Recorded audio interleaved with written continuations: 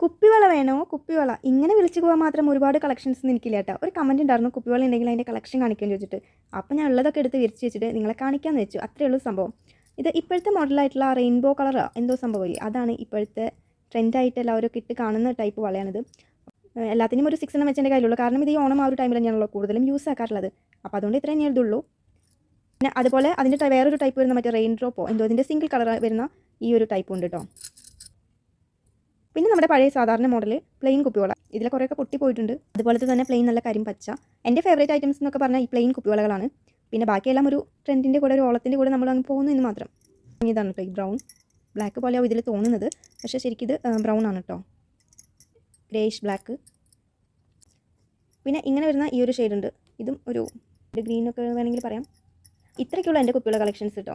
നിങ്ങളുടെ കയ്യിൽ ഇതിലും വല്ല കളക്ഷൻസ് ഒക്കെ ഉണ്ടാവുമെന്ന് അറിയാം. അപ്പോൾ നിങ്ങൾ ചോദിച്ചതിൻ്റെ പേരിൽ കാണിച്ചെന്നുള്ളൂ. അപ്പോൾ ഇത്രയേ ഉള്ളൂ. ബൈ.